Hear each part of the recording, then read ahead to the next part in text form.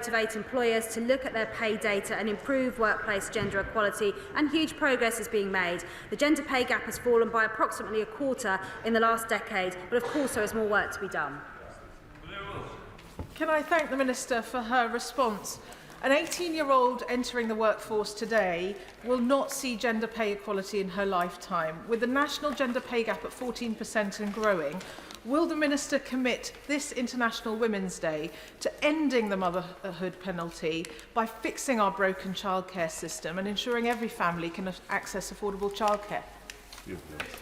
Well, absolutely. And can I say it's this Conservative government that in 2017 introduced the world-leading regulations, which has enabled us to be able to record the gender pay gap and the progress that we're making. But we're also committed to the childcare aspect, which is difficult for many women. That's why we've announced additional funding of £160 million this year, £180 million next year, and £170 million the year after for local authorities to increase the hourly rates to pay for childcare, which is so important to women. We now come to Minister Annalise Dodds. Thank you, Mr. Speaker.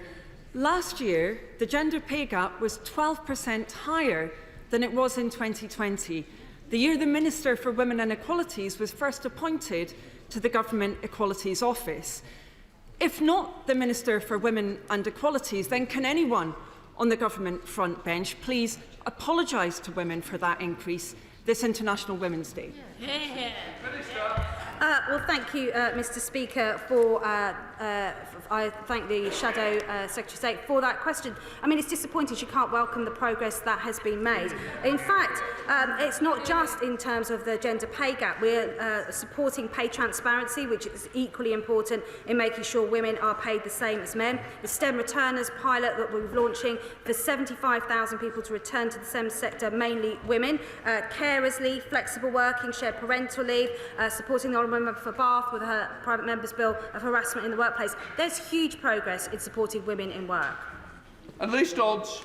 Thank you, Mr. Speaker. No apology then for that increase in the gender pay gap over recent years, and no real action, it seems. Now, other ONS figures show that the gender pay gap for women in their 50s and 60s is nearly 4 times higher than for those in their 30s.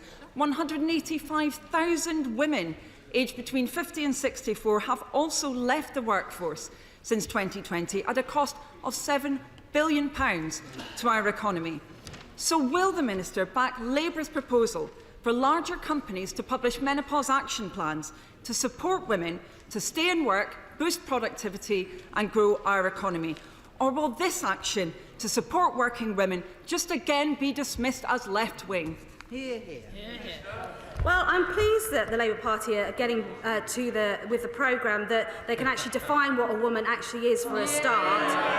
So we won't take any lectures from them. But perhaps the Labour Party also need to get their own house in order before lecturing the rest of the country, because according to the Telegraph in January, the Labour Party paid their black workers 9% less than their white workers, and absolutely need to get their own house in order. Shadow SNP spokesperson Kirsten Oswald. Thank you, Mr. Speaker. As I highlighted to the Leader of the House last week, the gender pay gap between women and men currently sits at nearly 15%. And we know that women are not a homogenous group, so that gap will vary further based on intersecting characteristics, including ethnicity and disability status. So I wonder if the Minister, in line with the theme for this year's International Women's Day, will embrace equity by mandating gender pay gap reporting and action plans for all employers, as well as introducing ethnicity and disability pay gap reporting requirements. Well, as I set out, it's this government in 2017 which set out the world-leading regulations requiring larger employers to publish their average salaries. But that doesn't stop other employers from doing the same. If we would have to pass new regulations to reduce that and change the Equality Act. But actually, we are seeing all employers wanting to reduce the gender pay gap, and we're leading the way in government with the Department for Culture, Media, Sports, and DWP having eliminated that gap in their own departments. To Mr. Speaker. Thank you, Mr. Speaker. I'm going to have to be quicker. I'll never get in that 100, Westminster. The Law Commission recommended against adding sex and gender to the hate crime laws. It found that the addition of these characteristics might make the prosecution of crimes which disproportionately affect women and girls actually more difficult. The Government shares the Law Commission's concern. Parliament has repeatedly voted against making misogyny a hate crime last year, and there are no plans to change. Thank you, Mr. Speaker. I recognise the arguments that have been made. Most violence against women originate in misogyny. Therefore, making misogyny a hate crime would send such a powerful signal to all offenders that all their offences would be taken with the utmost seriousness and investigated properly. Victims of vain cousins have argued that if only their reports against this indecent exposure would have been taken seriously, Sarah Everard might still be alive today. Mr. Speaker, isn't it time that we make misogyny a hate crime? I beg to disagree. It may send a signal, but it's more of a virtual signal than a real signal. We have more police officers than ever, and we are determined to stamp out violence against women and girls. Sir James Dudridge. Question 3, sir. Thank you, Mr. Speaker. Health disparities exist across a wide variety of conditions, from cancer to mental health, and contribute to the unacceptable variation in health outcomes. Therefore, the major conditions strategy which we're launching will apply a geographical lens to end the disparities in health outcomes across England. Sir James. For that reply, but what does she make of the interesting comments by Sir Chris Whitty around health inequalities in coastal areas like Southend, and what are the governments proposing to do about those inequalities? Well, I thank my right honourable friend for that question. He's absolutely right. There are disparities. There's an 8-year life difference between a woman born in Blackpool and a woman born in Wokingham, and we want to end that. That's why our major conditions strategy is in parallel to the work NHS England's doing on their Core 20+5, where we're targeting the most deprived 20% of populations in the country with the 5 key health conditions that are making those disparities apparent today. Martin Ducker to use.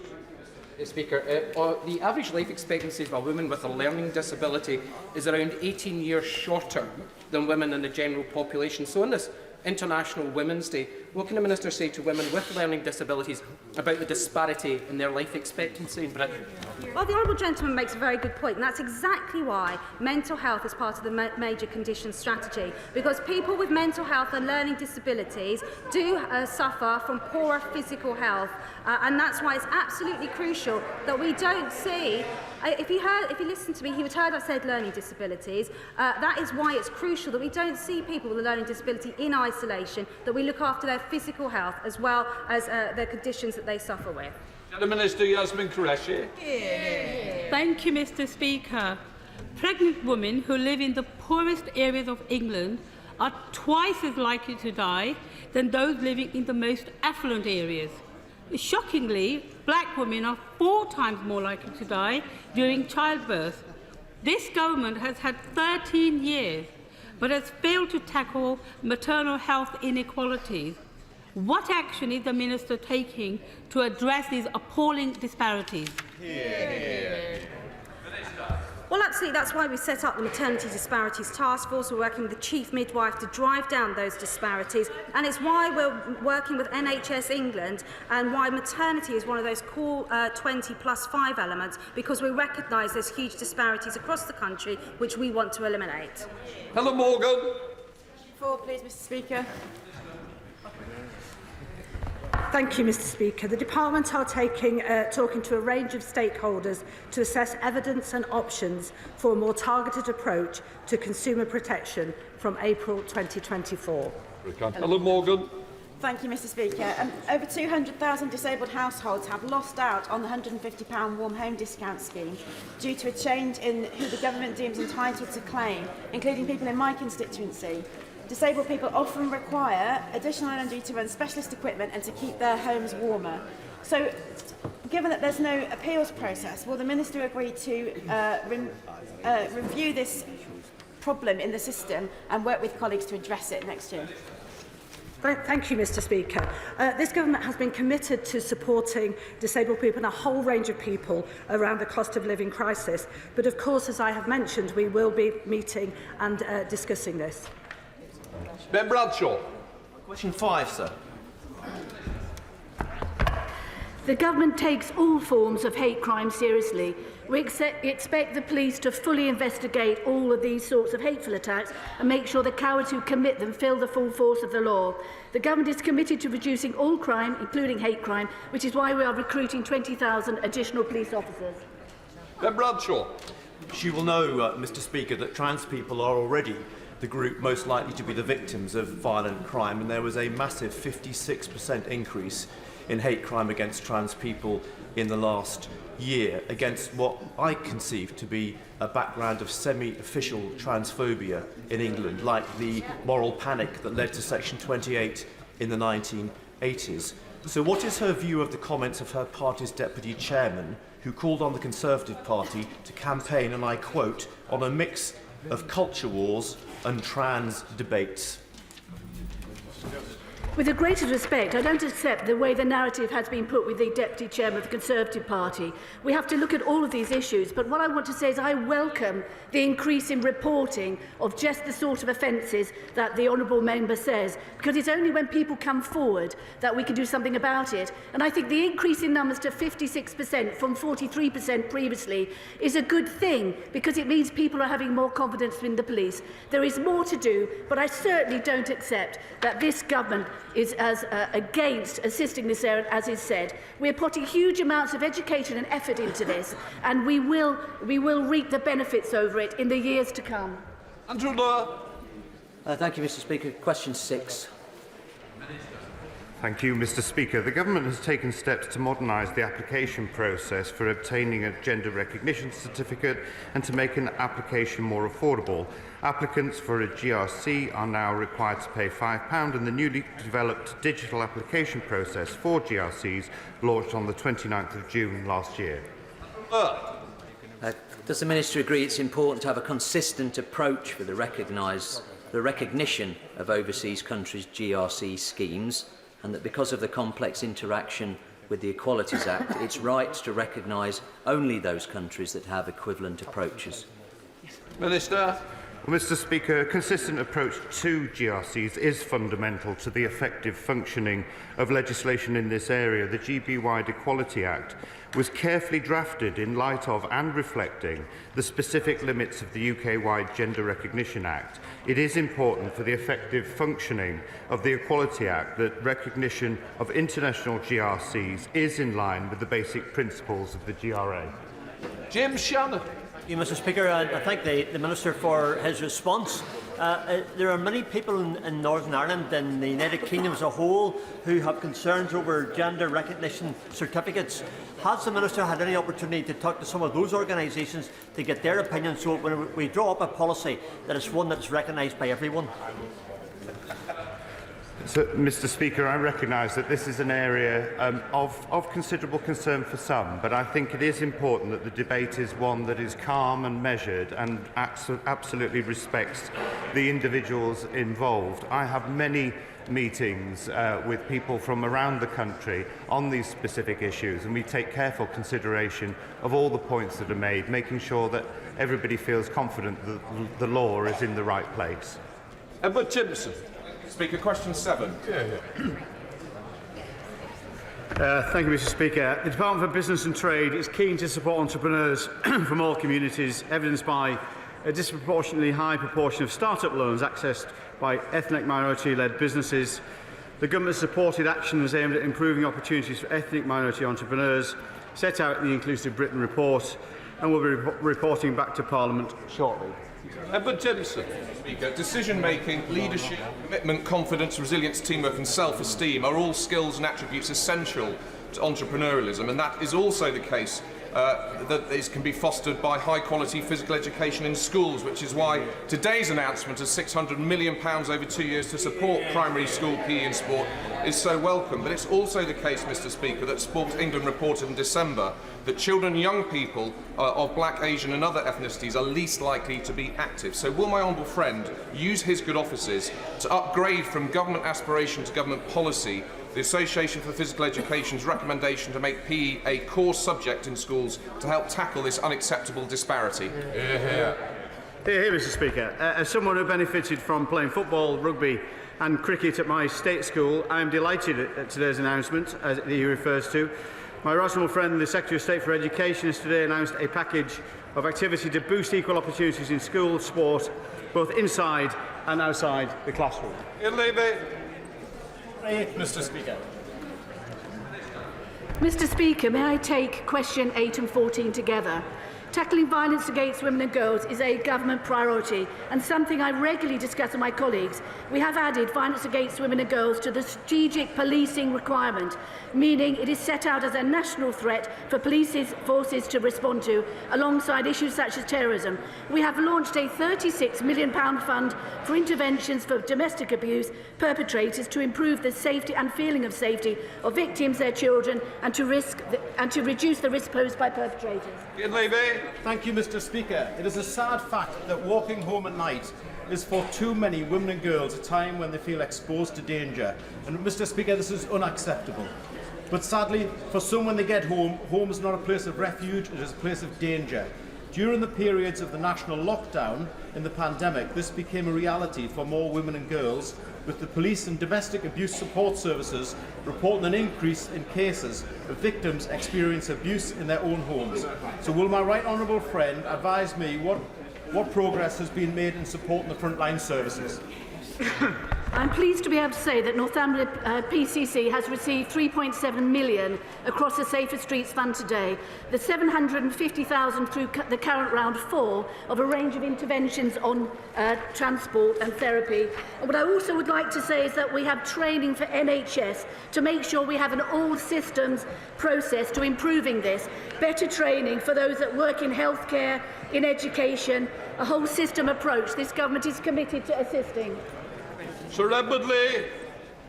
As the father of 3 young women, like any parent, I worry about their safety. Society seems to become harder, and old-fashioned values of respect towards women seem to be vanishing in many parts of our society, even in the police. So what practical efforts can the government make to make young women feel safe in the streets, particularly in areas of our great cities? Well, I know that the Prime Minister has daughters and shares your concerns. What I can say is that Lincolnshire Police and Crime Commissioner has received £1.3 million across the Safer Streets round so far. That's almost £400,000 in the current round 4 for extra CCTV and police training to respond to VOG. This is part of a wider picture, and we are advancing. I'm very proud of what the government's doing. Mr. Speaker, an Afghan woman is smuggled into the UK on a small boat because she can't access the resettlement scheme. Once here, she is trafficked into prostitution and abused by a grooming gang. Under the government's new bill, she'd be unable to access modern slavery support and she'd be returned to an unsafe country. Does the Minister agree we must make sure that all vulnerable women are safe from these kind of crimes? Minister. There is a lot of work going on with engaging with stakeholder groups to see what we can do to make sure that everyone is safe. I've spoken to several groups about this issue and it's being considered. Let nobody be mistaken, this government is extremely strong at making sure that vulnerable women, wherever they come from, are safe. Manfred Exon. Thank you, Mr. Speaker. Sadly, catcalling and other gender-based microaggressions are still commonplace in schools. Chester Sexual Abuse Support Service, who works closely with schools across my constituency, tell me there's still a lack of awareness, education and prevention regarding these issues. Will the Minister tell me what's been done to resource schools to raise awareness and help young people challenge behaviours which lead to abuse? There's a wide range of work that's going on within schools with their training to make sure that young people understand more clearly what is and what is not accessible and acceptable.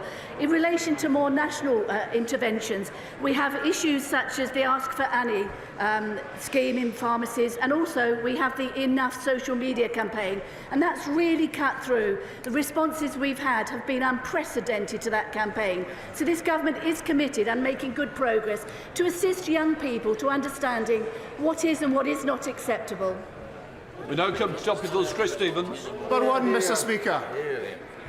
Thank you, Mr. Speaker. Can I wish everyone a happy International Women's Day, where we celebrate 51% of the population. I'm proud of this government's record in supporting women, whether it's young girls playing more sport in school or the first ever women's health strategy, which this year will roll out the prepayment certificate for HRT, pregnancy loss certificates this summer, and the levelling up of IVF access. I'm proud, Mr. Speaker, to announce today £25 million to roll out women's health hubs across England, the one-stop shop for all women's health needs, which will drastically improve women's experience of healthcare in England. Chris Stevens. Thank you, Mr. Speaker. The Minister will be aware of a legal agreement under the Equalities Act between McDonald's and the Equalities and Human Rights Commission. People cannot walk in front of a member when he's asking his question. Chris Stevens. Mr. Speaker, the Minister will be aware of a legal agreement under the Equalities Act between McDonald's and the Equalities and Human Rights Commission over the handling of complaints of sexual harassment. Does the Minister believe that's solely an issue of a toxic culture at McDonald's, or will she look at whether women working on zero-hour contracts across the economy are at increased risk of experiencing sexual harassment because of depending on male managers for future shifts? Well, we take sexual harassment in the workplace very seriously. Oh, to be shouted down by the entrance of a man.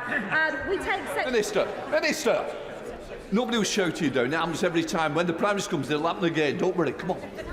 I'll try again then, Mr. Speaker. Once again, the government is very keen to tackle sexual harassment in the workplace. That's why we're supporting the Honourable Member Spark, her private member's bill, because it is such a serious issue.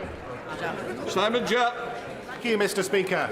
I'm proudly backing a campaign to improve services for menopause sufferers in the county of Devon. In society and at work, stigma remains a barrier for many people to get the support they require. Can my honourable friend outline what steps the government is taking to prevent menopause discrimination in the workplace?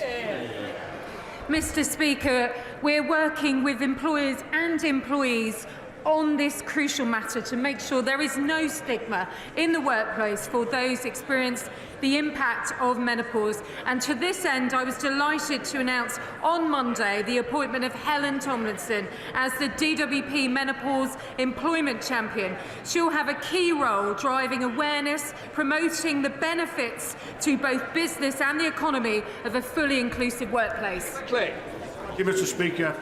Disabled people are more than twice as likely to experience domestic abuse and sexual violence as non-disabled people.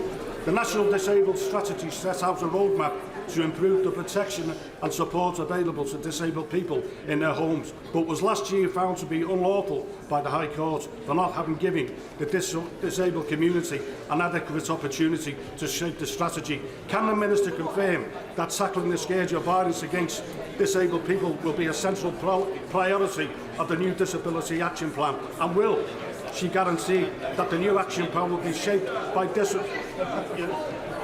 Violence against disabled people in the home or anywhere is just as important as violence against anybody else, and we are giving unprecedented monies towards stopping this sort of violence. It's all about education. The Police Chiefs Council and the College of Policing are working hard on this, and we are making progress. James Judridge. Mr. Speaker, young men often struggle with their mental health, particularly suicidal thoughts, which can hit like a heart attack. What more can the government do? Indeed, what more can each individual member of this House do to help those young men? Absolutely, and that's why we're setting out the prevention of suicide strategies, where we're looking at high-risk groups like men. But can I also point out the work that Home Office is doing in setting up helplines for men? There's £200,000 going into those helplines, and so far they've supported 10,000 men who've needed support. Stephen Morgan. Thank you, Mr. Speaker. New businesses are almost 3 times as likely to be started by men as by women. Does the Minister agree with Labour's plan to work with the British Business Bank to support female founders achieve their ambitions? Yes.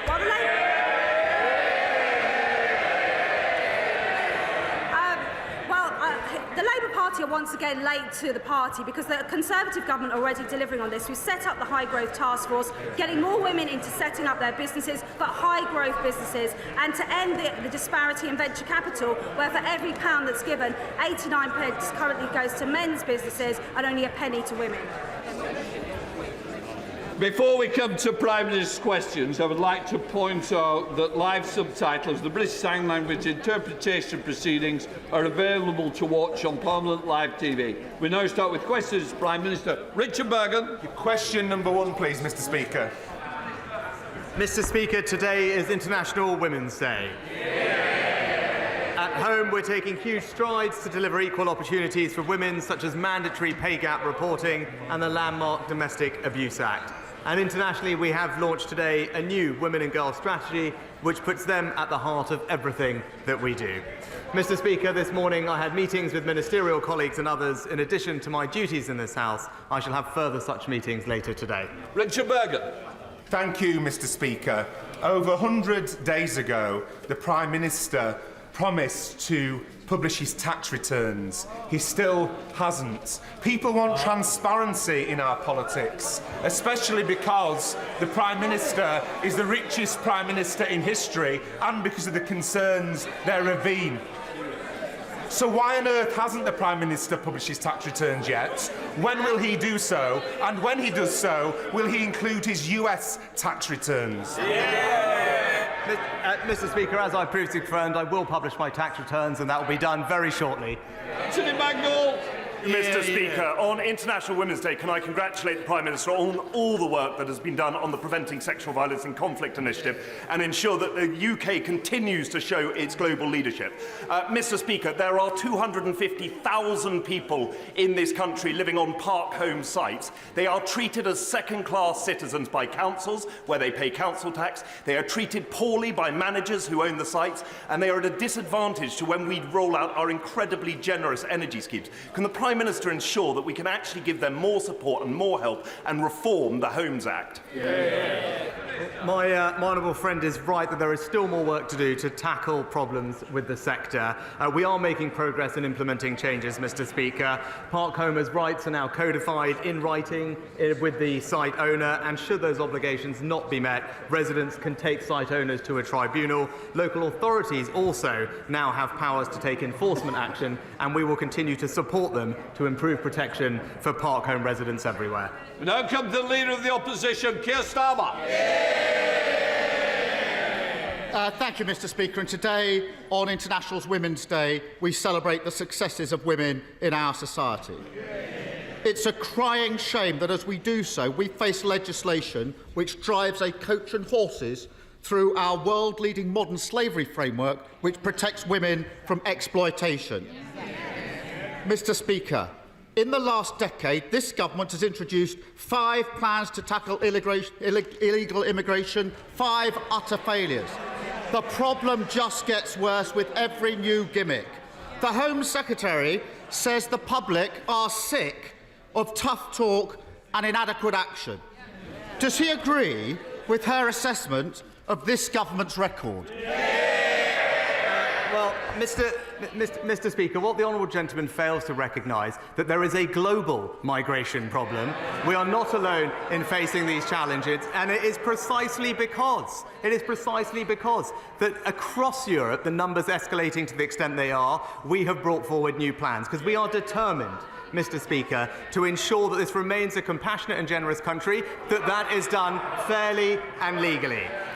That's why we will break the criminal gangs, Mr. Speaker. We've announced new agreements with Albania and France, tougher immigration enforcement, and now new legislation that makes it clear that if you come here illegally, you will be detained and swiftly removed. But, Mr. Speaker, what we haven't heard is the honourable gentleman's plan. We know what it is. It's open-door immigration and unlimited asylum. Whilst he may be on the side of the people smugglers, we're on the side of the British people. Mr. Speaker, if he was serious about stopping the boats, he'd actually steal our plan on stopping the boats, smash the gangs, sort out the returns, and clean up the utter mess. Mr. Speaker. I'm going to hear this, and nobody's going to... I wouldn't if I were you. I think we've heard enough. I want to hear the questions and the answers, and it won't be interrupted. Mr. Speaker, nobody on this side of the House wants open borders. On that side, they've lost control of the borders.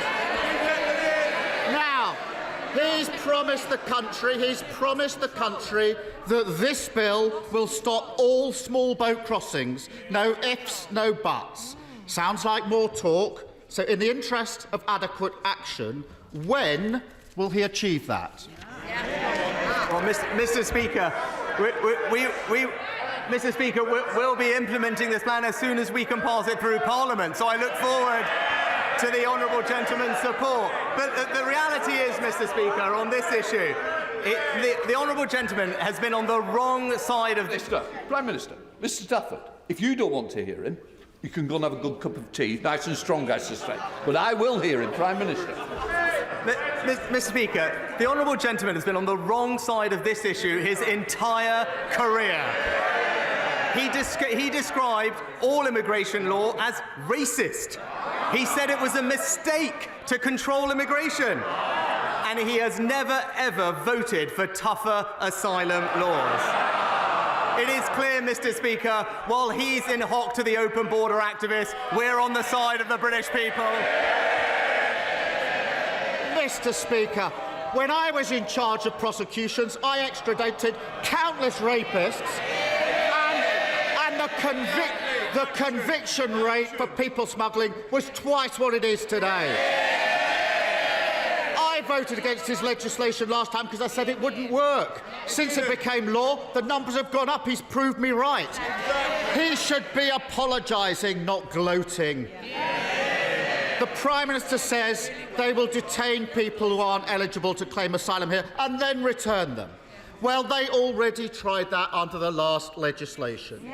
Last year, 18,000 people were deemed ineligible to apply for asylum. That's the easy bit, the talk. But as for the action, Prime Minister, how many of them have actually been returned? Mr. Speaker, as a result of the plans we brought forward, we have almost doubled the number of people returned this year. But he talked about laws. He talked about. I think the front bench needs to be a little quieter because I want to hear, and I don't need you joining in. Our constituents want to hear the importance of Prime Minister's questions, both the questions and the answers. Show our constituents the respect they're due. Come on, Prime Minister. Mr. Speaker, he asked about arrests. He asked about our laws. Actually, when I was in Dover yesterday talking to our law enforcement officials, what did they tell me? Precisely because of the law that the Conservative government passed last year, they have now been able to arrest more than double the number of people they did before. 397 in the last 6 months. But stopping the boats, Mr. Speaker, stopping the boats is not just my priority, it is the people's priority. But his position on this is clear. He wanted to, in his words, scrap the Rwanda deal. He voted against measures to deport foreign criminals, Mr. Speaker, and he even argued against deportation flights. Well, and we know why, because on this matter, he talked about his legal background. He's just another lefty lawyer standing in our way.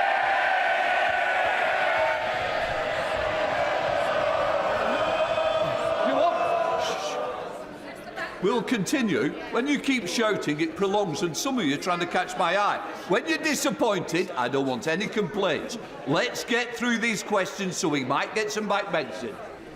Mr. Speaker, all that nonsense because he doesn't want to answer the question. Because he knows what the answer is. The number is 21. I thought he was a man of detail. 21 people out of the 18,000. And what happens to the rest? They sit in hotels and digs for months on end at the taxpayers' expense. Last year, he promised to end the hotel farce. That's the talk. But because of his mess, there are thousands of people who can't claim asylum and can't be returned. So where does he actually think they're going to end up?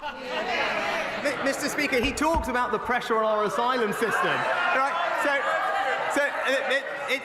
We've actually got a clear plan to stop people coming here in the first place. Mr. Speaker, Labour have absolutely no plan on this issue because they simply don't want to tackle the problem.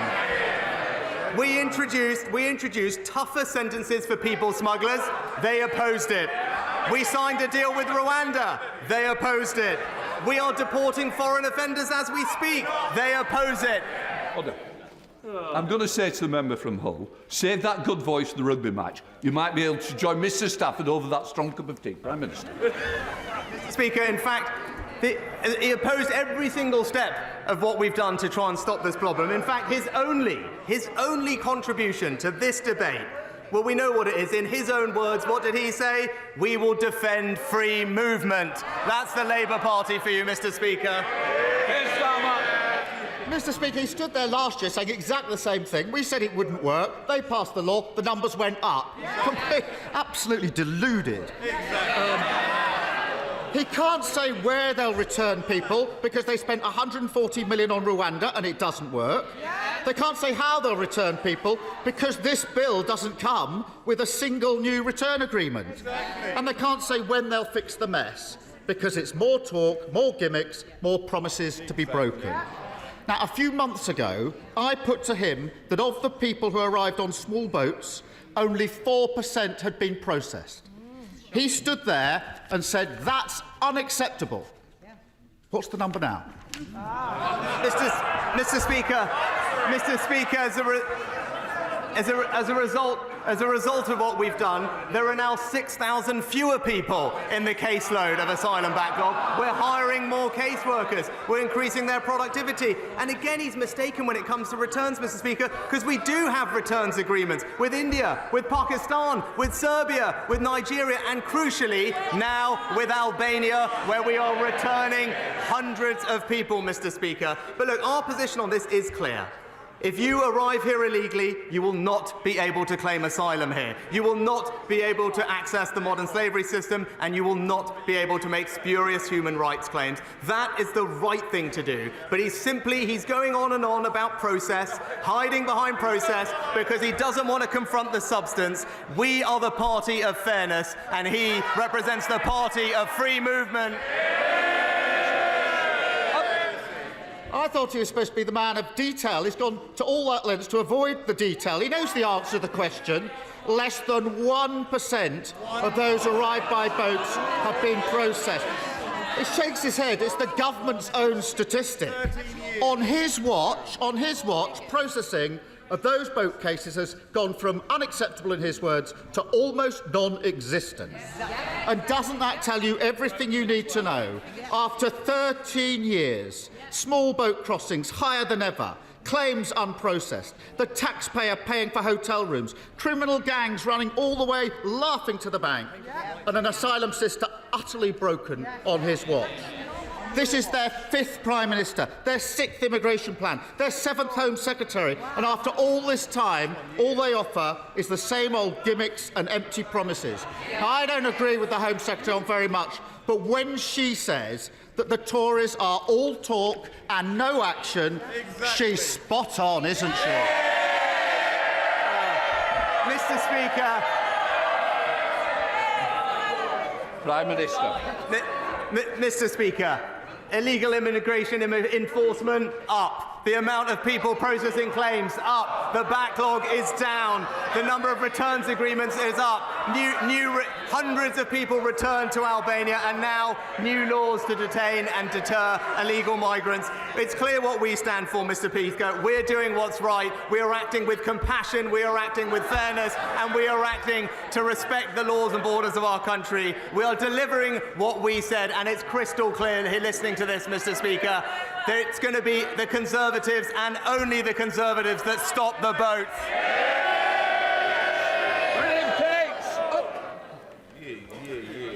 Thank you, Mr Speaker. Graphic lessons on oral sex, how to choke your partner safely, and 72 genders. This is what passes for relationships and sex education in British schools.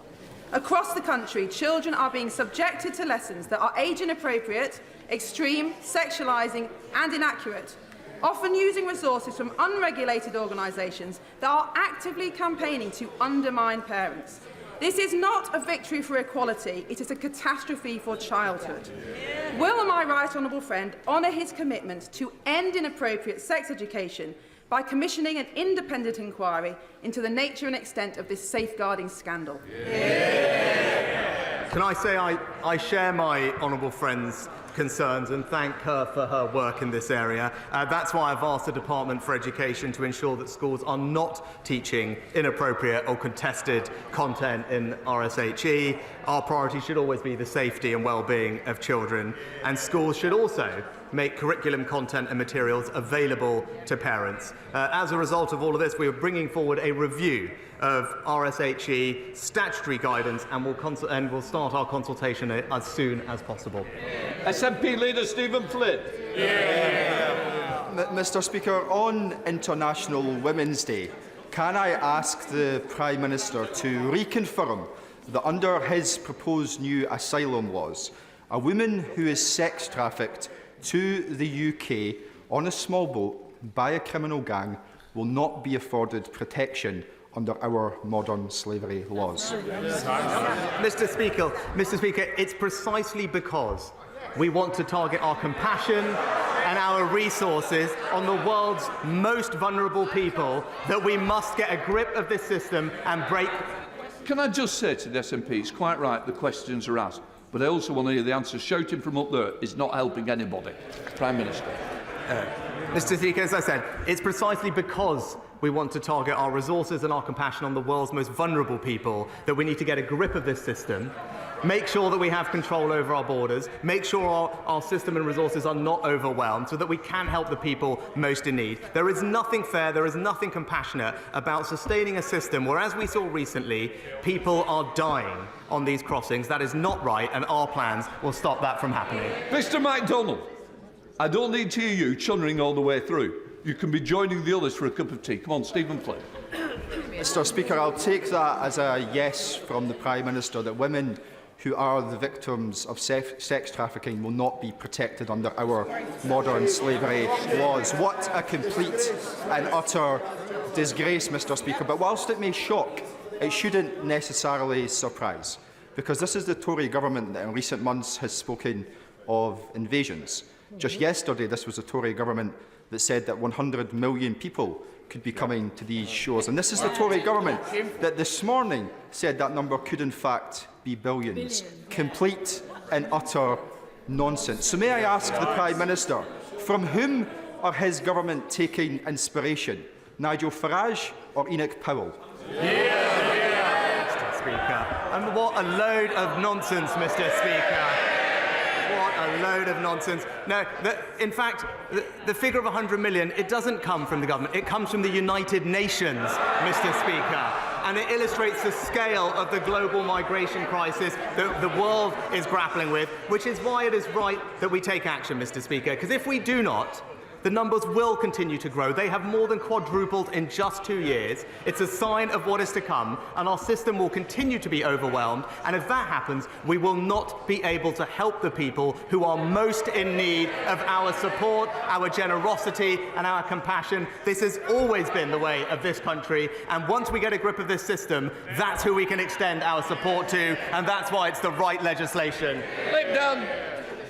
Last year, the UK economy grew at the fastest rate in the G7 of 4.1%, while at the same time, greenhouse gas emissions fell by 3.4%, more than comparable countries. To maintain this momentum ahead of the net zero strategy refresh, will he encourage my right honourable friend, the Chancellor, to use his budget statement next week to stimulate investment in renewable energy projects by renewable energy companies, both offshore and onshore, to improve our energy security, reduce reliance on more expensive fossil fuels and ultimately reduce bills for households? Mr. Speaker, I'm proud of our commitment to scaling up renewable energy sources.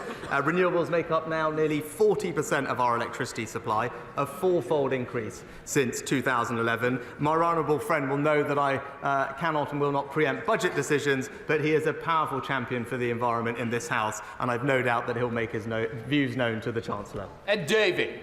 Joining the tributes on International Women's Day and pay a special tribute to the women in this House, past and present, who helped shape the future of our country. Mr. Speaker, when Jean rang 999, she was told she would have to wait at least 8 hours for an ambulance. So she got in her car and drove herself to Eastbourne District General Hospital. She paid for parking and made it to the entrance of A&E, where she collapsed. Jean died an hour later. Mr. Speaker, no one should lose their mother or grandmother like that. So will the Prime Minister apologise to Jean's family and to all those who've lost loved ones due to the government's appalling ambulance delays? Well, Mr. Speaker, of course, my thoughts and condolences go to Jean and Jean's family for what's happened. It's absolutely right that we continue to make progress on improving the performance in urgent and emergency care. We outlined plans to do this just the other month, and I'm pleased to say that we are seeing performance improve, whether it's waits in A&E or ambulance performance times, a considerably marked improvement over the last several weeks compared to the peak pressures that we saw over the winter due to COVID and flu. And because of the investments we're putting in more ambulances, more doctors and nurses, and more discharge, I'm confident that we will continue to make progress to getting the care that we all expect and need to see. Joe Gideon. Thank you, Mr. Speaker. Since its release earlier this year, the heartwarming and inspiring story of Dave Fishwith's journey to set up a community bank has quickly risen to be one of Netflix's top films.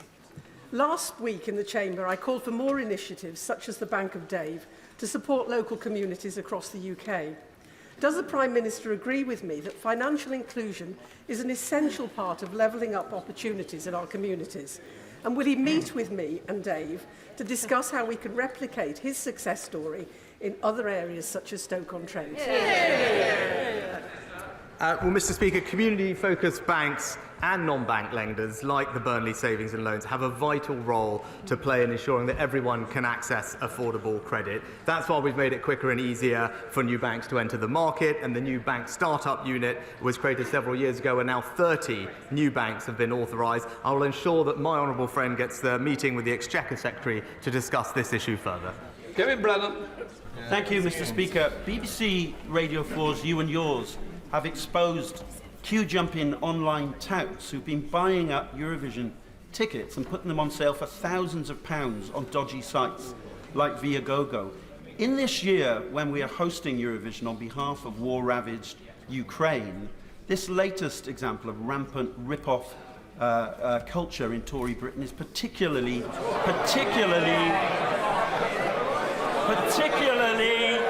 despicable. Why hasn't his government done more to support? Why hasn't his government done more to support genuine fans over the rip-off merchants, the spivs, and the ticket touts? Well, Mr. Speaker, actually, we will continue. We have put in place measures to combat ticket touting. I'm happy to look at the documentary that he mentioned and make sure that we're doing everything we can do, and I'll talk to the Home Secretary about it. But more generally, it is a source of enormous pride for us to host Eurovision. I know it's something that everyone is looking forward to, and we should ensure that there is the broadest possible access to seeing that, and we'll do everything we can to make sure that that happens. David Davis. Mr. Speaker, in the aftermath of 9/11, the British government signed an extradition treaty with the United States with the intention of covering terrorism and violent crime. Since it came into force in 2003, the US has extradited 83 people to the UK. We've sent 225 to America, and 3/4 of those have been for non-violent and largely white-collar alleged crimes. There's a fundamental unfairness at the heart of our extradition treaty, and it was shown by the fact that Anna Sakoulas refused to come to face trial for the killing of Harry Dunn. The unfair treaty is compounded by an American system which coerces British citizens and gives them an unfair trial. In the last 2 decades, the American policy has been rather like an international commercial policy. Correcting this is important. Will the Prime Minister look at this treaty with a view to correcting this parity of justice? Well, Mr. Speaker, I thank my right honourable friend for his question. Obviously, it's in our national interest to have effective extradition relationships, and under the treaty we have with the US, we've secured the extradition and subsequent conviction of terrorists, murderers, rapists, and child sex offenders. I'm happy to meet with him to discuss this issue further. As he knows, the US has refused, I think, one UK extradition, and the US has refused one UK extradition request, and the UK has refused 27. But I know that he has concerns, and I'd be happy to meet him to discuss this further. Thank you, Mr. Speaker. There's a stark correlation between areas off the gas grid and those with the highest rates of fuel poverty. It's worse in Scotland, ironically, in those areas closest to the national gas reserves in the North Sea, but also in urban deprived areas where multi-storey flats are deprived of the ability of having natural gas. Being off the gas grid means that you're dependent on currently unregulated fuels such as heating oil that have risen far faster than electricity and gas, or being dependent upon old and inefficient and very costly all-electric systems. Will the Prime Minister end this by ensuring that all fuels are regulated, and also by ensuring that these households that are all electric are able to get the alternative fuel payment? Mr. Speaker, as someone who represents a rural constituency with many people off gas grid, I appreciate the concern the honourable gentleman raises, but that's why that's always been uppermost in the government's mind as we've designed and implemented our support for people with energy bills, notably doing that based on electricity meters rather than gas, but also putting in place the alternative fuel support payment of £200, and we're making sure that that gets to everyone who needs it. Richard Bacon. Mr. Speaker, the adjustments to the dental contract last November were a very welcome step, but there is more work to do. Will the Prime Minister therefore keep this area under the very closest review to ensure that constituents such as mine in South Norfolk and those of other honourable members get the best possible dental care? Well, Mr. Speaker, my honourable friend raises an excellent point, and I can tell him that we are continuing to invest in NHS dentistry, £3 billion a year, but we've also enabled practices to do 10% more activity on top of their contracts and remove the barriers so that hygienists and other therapists can continue to work to their full skill set. The number of NHS dentists has increased by about 500 over last year, and we'll continue to work with the sector to see what more we can do. Rosie Duffield. Thank you. Thank you, Mr. Speaker. As today is International Women's Day, does the Prime Minister agree with me that voters in the run-up to May's local elections have every right to ask candidates who are standing for a position of responsibility in local government questions relating to women's rights? And does he believe that as representatives of their political parties, all candidates must answer those questions honestly, politely and with respect while standing on a voter's doorstep? Well, Mr. Speaker, the honourable lady makes an excellent point, and I wholeheartedly agree with her. These are important questions. Voters deserve to have clear and straightforward answers to them, and I hope that she can continue to put her campaign forward. She'll have my full support, and I hope in the local elections we can debate these issues in the way that they should be. Chris Clarkson. Thank you, Mr. Speaker. Last weekend, I had the pleasure of being auctioned off for the Conservative Women's Organisation. No returns. On this International Women's Day, will my right honourable friend join me in paying tribute to the excellent work the CWO do to get more women, Conservative women into politics, and paying tribute to all the remarkable women who support us in the work we do, especially because she's in the gallery, my mum.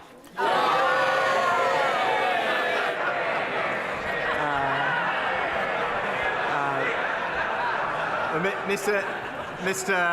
Speaker, can I congratulate, first of all, my honourable friend for his successful auction? I assume it wasn't his mother that bid for him successfully, but also pay tribute to her, but also pay tribute to the work of the Conservative Women's Organisation for the fantastic work they do. We need more women standing in local and national politics, and everyone who is working to bring that about deserves our praise and thanks, and long may it continue. Richard Thompson.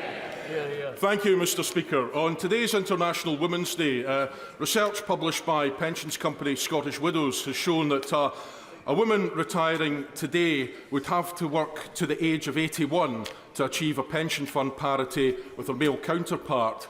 And as everybody is worrying, a woman in the workplace today, aged 25, can still expect to retire with a pension fund £100,000 on average lesser than her male counterparts. Yep.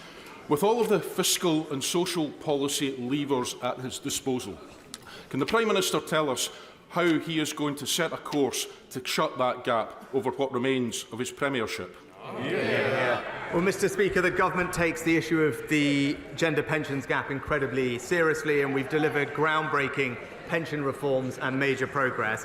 Automatic enrolment has in fact helped millions more women save into the pension, and pensions participation among eligible women in the private sector was 87% in the last available year, up from just 40% a few years ago. And we remain committed to the measures in the 2017 review and will continue to give this issue all the attention it deserves until we can close the gap. Thank you, Mr. Speaker. Grimsby Town Football Club has reached the quarter-finals of the FA Cup. The last time the team achieved that was in 1939, which by coincidence was the previous time that the town had a Conservative MP. Now I know that Grimsby beats the Prime Minister's team of Southampton to get to this next stage, but would he join with me in congratulating the team and wishing them best of luck when they play against Brighton and Hove Albion in the next stage? Mr. Speaker, it pains me, although I will say congratulations to the Honourable Lady and Grimsby for their victory over Southampton, and I now have a new team to support in the Cup, and she'll have my full support. I wish them well against their next match and look forward to cheering her and all her colleagues on. Steve McKay.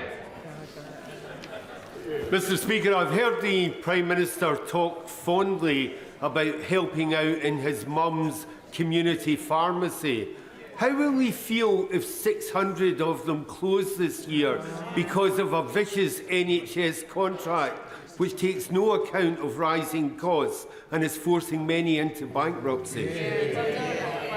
Mr. Speaker, I praise the work that our community pharmacies do. They're fantastic at being on the front line of delivering primary care, and as I've said previously, the government is exploring ways in which we can support them to do even more, because I think improving access to pharmacies is something that people would both welcome and would help people get the care that they need faster and more efficiently, and we'll continue to look at all the proposals that have been given to us. Kelly Thomas. For more than 2 years, an illegal waste site has been operating in the village of Borstal. Tipper lorries covering their number plates as they thunder onto the site at all hours of the day and night, blighting the lives of the residents that live directly by and creating untold environmental damage. I thank the DEFRA team for their engagement with the Environment Agency so far, but no action has been taken. So does my right honourable friend agree with me that enough is enough and swift multi-agency action should be taken to stop and shut down illegal and criminal activity such as this? Well, can I thank my right honourable friend for raising this issue? The government is committed to tackling waste crime, and the Joint Unit for Waste Crime brings together agencies in the way that she described. I am aware she's met the local Environment Agency director about this particular issue, but I will also ensure that she gets a meeting with the relevant minister to discuss this further. Matt Rodder. Thank you, Mr. Speaker. Mr. Speaker, my constituent Ollie Stevens was just 13 years old when he was stabbed and brutally murdered in a local park just yards from his home. The two boys who attacked him had shared dozens of pictures of knives online before the attack. So could the Prime Minister explain to me why the government's removed measures to tackle this sort of dreadful online content from the Online Safety Bill? Well, Mr. Speaker, I'm very sorry to hear about the case that the honourable gentleman raises. My thoughts are with Ollie's family. He's absolutely right that we should do everything we can to tackle the scourge of knife crime, and that's why, for instance, this government brought forward new powers to improve the police's use of stop and search, which has made a major difference, and actually violent crime is now down considerably over the past few years. The Online Safety Bill also goes further than any other country has gone to make sure that we are protecting children online. I'm happy to look at the specific issue that he mentions, but it's been praised by the Children's Commissioner and others for being a groundbreaking law that will do wonders to improve children's safety. Daniel Cutchins. Thank you very much, Mr. Speaker. The Secretary of State for DEFRA will be visiting Shrewsbury at the end of this month at my invitation, and she will hear the tremendous progress to date from the River Severn Partnership and the Environment Agency that we are working to try to find a holistic solution to managing Britain's longest river, the River Severn. We are now experiencing flooding in Shrewsbury on an annual basis, with tremendous economic damage as a result. Will he take an interest, please, and secure additional funding for DEFRA so that we can finally tame these rivers and protect our communities from annual flooding? This is an issue that my honourable friend has raised before, and he's right to do so. The government has doubled flooding, double investment in flood defences over this Parliament to £5.2 billion. I know the DEFRA Secretary will have her visit, we'll talk to him and his communities, and I look forward to hearing back from her after that. Joel Jones. Thank you, Mr. Speaker. Between 1997 and 2010, Labour governments across the UK lifted 800,000 children out of poverty. Yet, since 2010, the Conservatives have driven 500,000 children into poverty, with child poverty next year predicted to reach levels not seen since the 1990s. There is not enough parliamentary time this year for the Prime Minister to say sorry to each child damaged by their policies. But could the Prime Minister start today by saying sorry for all the children that he failed during this time? Well, Mr. Speaker, the exact stats are since 2010 there are 1.2 million fewer people in poverty than there were, and that's because of the actions that this Conservative government has been putting in place, like raising the national living wage, which, by the way, Mr. Speaker, the best way to ensure that children especially do not grow up in poverty is to ensure that they are not growing up in a workless household. And as a result of the actions of this government in getting people into work, there are now several thousand fewer workless households than in 2010. Natalie Elphicke. It was a great pleasure to welcome the Prime Minister to Dover to talk about the work he's undertaking on the pull factors to tackle illegal immigration. The Prime Minister has a meeting upcoming with President Macron this week. Could I ask him to see what more can be done to deal with the push factors of illegal migration around small boats, particularly pushing those boats across French beaches and pushing those boats from French beaches into the French Sea? Mr. Speaker, as I've said before, there is no single lever that will solve this problem, which is right that we work on all the different things that will make a difference, including close cooperation with the French. That's why I was pleased at the end of last year the Home Secretary and I announced the largest ever small boats deal with France, 40% increase in patrols, greater cooperation, and we look forward to strengthening that cooperation and furthering that discussion this Friday. Imran Hussain. Mr. Speaker, let us be absolutely clear in this chamber. Under this government's new dystopian, far-right, appeasing, anti-refugee bill, those who were trafficked, those who were trafficked to the UK would still face deportation.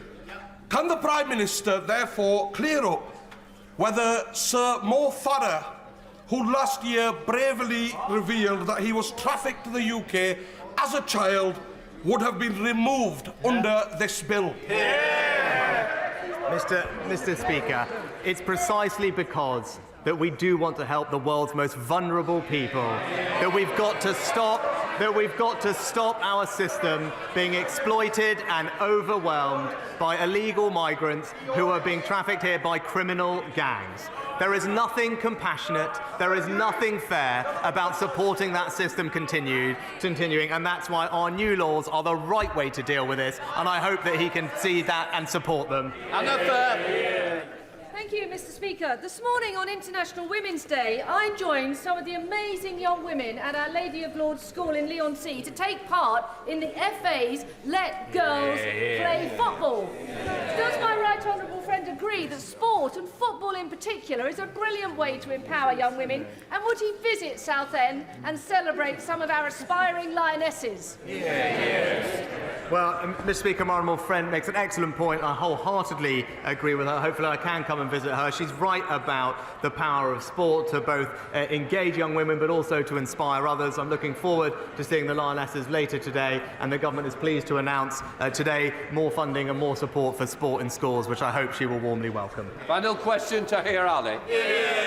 Mr. Speaker, on International Women's Day, it is vital we talk about women in Indian-occupied Kashmir being subjected to rape, domestic abuse, kidnapping, forced marriage and torture by the Prime Minister Modi's extremist BJP-led government.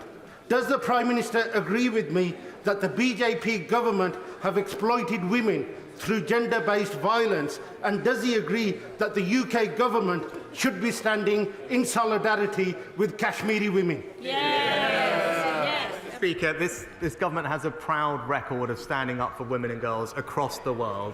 We have led the way in preventing sexual violence in conflict, and we're taking a lead on ensuring tens of millions of girls receive the high-quality education that they deserve in some of the poorest parts of the world. And just today, we have announced a new women and girls strategy from the Foreign Office, and back that up with £200 million more to support women's health around the world. And that continues our leadership on this issue, which will remain the case.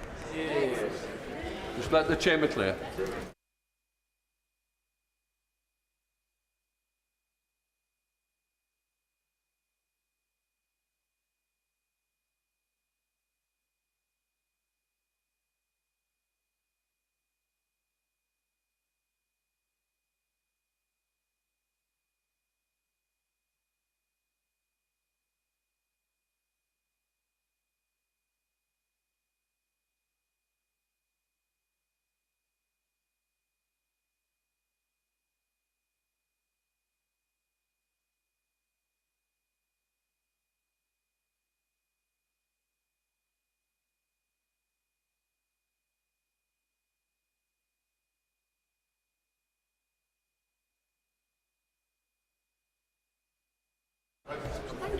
No, don't worry. Right, we now come to presentation of bills. Secretary Michelle Donlan to move. Michelle, excellent. Data Protection and Digital Information number 2 bill. Second reading what day? Tomorrow. Tomorrow.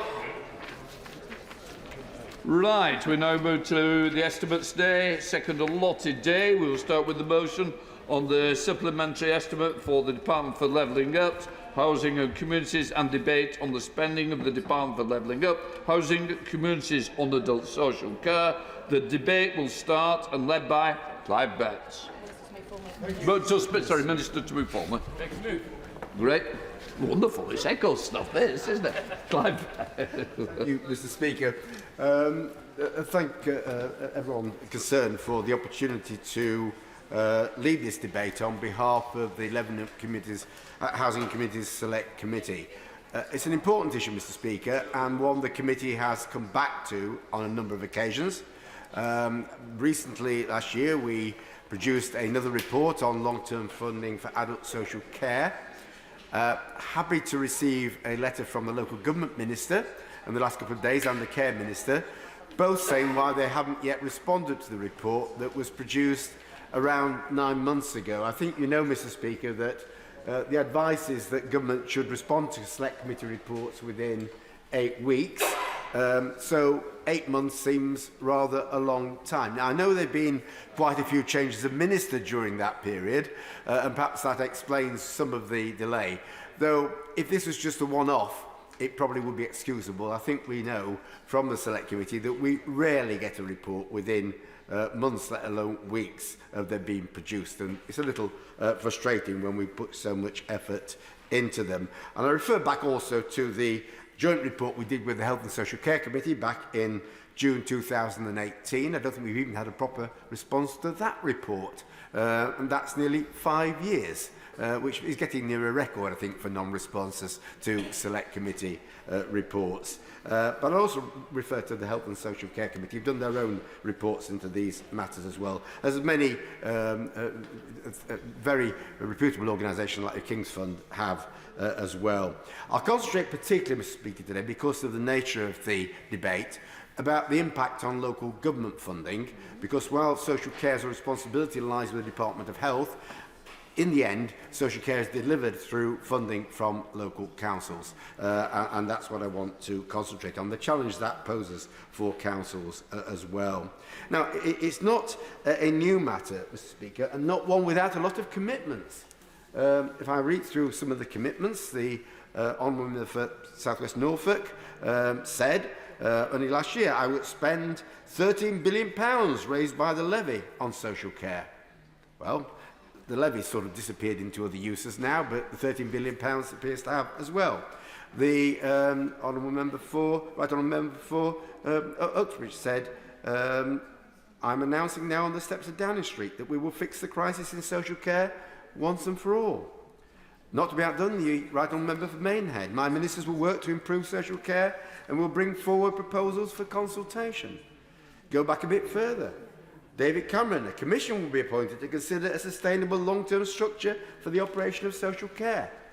Now, I'm not just going to be party political in this, because Gordon Brown said, Alan Johnson and I will bring new plans to help people to stay longer in their own homes and provide greater protection against the costs of care. The one thing that Prime Ministers have in common over the years is promises to deal with the problems and funding of social care. The other thing they have in common is that none of them have actually done that. And that's something that's really of concern. That's why we're still in the problems today. Putting it in the context of local government funding, Mr. Speaker, local governments had the biggest cuts of any part of the public sector since 2010. National Audit Office and the Library produced some interesting figures. They know in particular, and I think figures are authoritative, have said that the cut in core spending power for councils in the decade after 2010 has been 26%. 26%. You compare that with the increase in funding for the Department of Health, that's been 14%. That's at 26% down local government, 14% Department of Health. I'm not begrudging the spending on health, but clearly councils do important work and it isn't really reflected. The reason for that cut in spending power, revenue support grant has fallen by 37% over that similar period. Council tax has helped cover some of that fall by increasing by 25%. Council tax rises, the council tax spending as a percentage of the total local government spending, the percentage funded by council tax has gone up from 41% of total local government spend to 60%. 40% to 60%. In other words, council tax has been going up as government grants fallen, but the totality of spending has fallen as well. How councils spend their money? Well, in terms of social care as a whole, and including children's care as well, that's the figure has been mentioned, has risen by 8.9% in real terms, but non-care spending by authorities has fallen by 32%. And that's a knock-on. We have to keep reminding ourselves of the consequences of this. Social care spending has now roughly risen from 50% of council spending to 60% over the period. Very dramatic changes in what councils spend their money on. You look at services like planning, I know they're really important for the future of our country, for future growth, for regeneration. Spending by councils on planning has fallen by about 50%. That's a staggering fall. And similar falls in regeneration, economic development spending, the sorts of things that are going to be really important for the levelling up agenda. And then you look at libraries, buses, street cleaning, really important services that everyone tends to use in some way. They've all fallen by between 30 and 50%. And the real challenge for local democracy, and the Minister for Local Government, is that people are now finding their council tax going up by the amounts I've just described, when if they don't use social care or their immediate relatives don't use social care, they're seeing all the services that they receive fall. I think it's a fundamental challenge for local democracy. You pay more and you get less. That's not defensible in the medium term, but it's been going on for 10 years now, and something has to give. But we might